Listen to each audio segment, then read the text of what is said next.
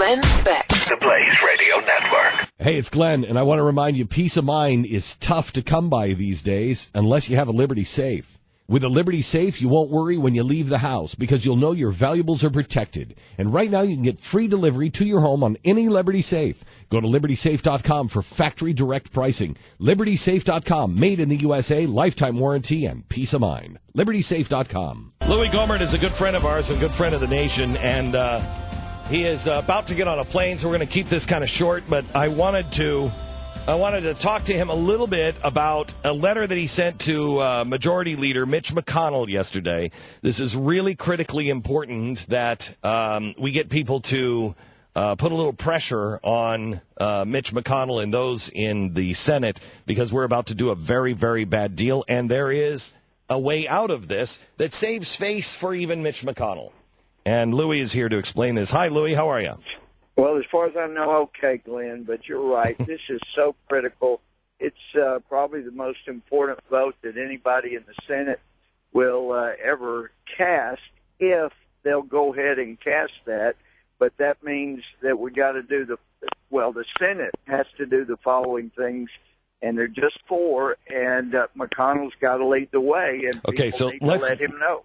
Let's look at number one.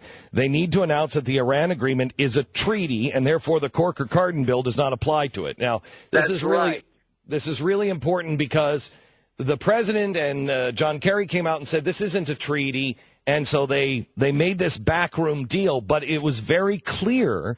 The Republicans said, "Okay, but you have to release all of the details."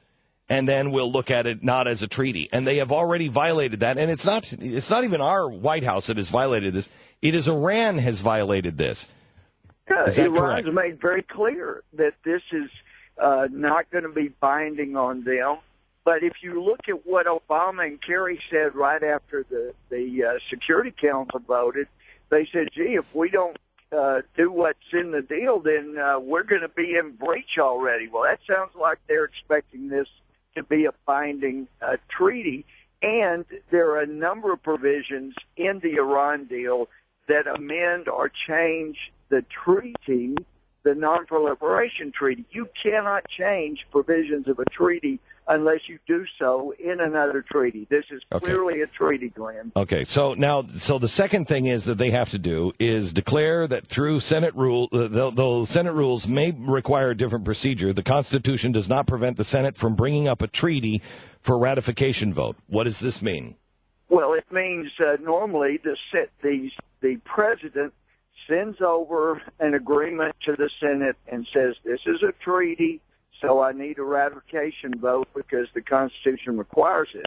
Now, that's not what the Constitution says. The Constitution just says the Senate has to concur with two-thirds of those present voting in favor. So it doesn't have to be sent over by the president. The Senate can simply declare it's a treaty. We're going to have a ratification vote on it. Okay. And as Professor Yu from Berkeley said, you can that would indicate if there's not enough votes to ratify it when the vote's taken, that it's not enforceable against the United States. Okay, so you're also then the third point is some Senate nonsense about voting for cloture, blah, blah, blah. Exactly. And then number four is actually voting on the ratification of the Iranian treaty. Right.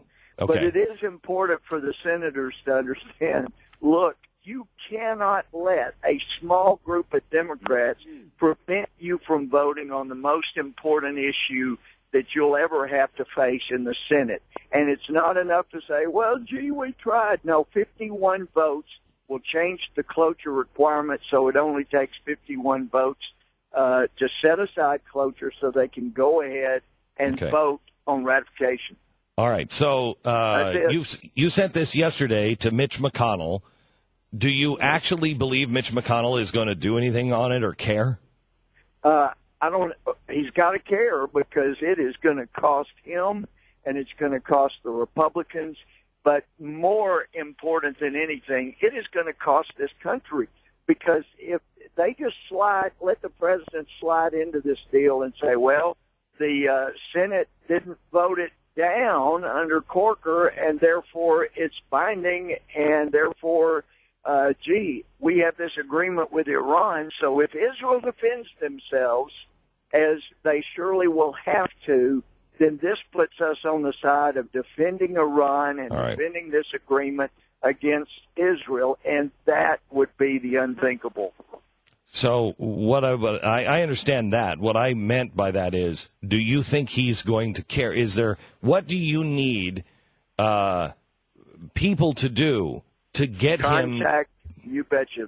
They need to contact their senators, both of their senators, doesn't matter party, and let them know that all hell is going to break loose unless they make sure that the Senate sets aside cloture, declares this a treaty, and goes ahead and votes on ratification. So if I'm calling my senator and I say, I want you to declare the Iranian deal a treaty and treat it as such, yep, that's the message that I need them to take. And set aside cloture. That's not going to be good enough to hide behind. Okay. I hate that part of it. I do too. I hate that. Yeah, it's inside baseball. Well, Harry Reid set it aside repeatedly on the confirmation process, and this is the most important vote, much more important than any of those. So set it aside, do the right thing. Thank you very much, Louie. I appreciate it, and have a safe travel. Thanks so much. Thank you. This podcast is brought to you by the visionaries at Overstock.com. Overstock believes that more voices make America a better place. Download the Overstock app from the App Store or Google Play for great Overstock.com deals in the palm of your hand.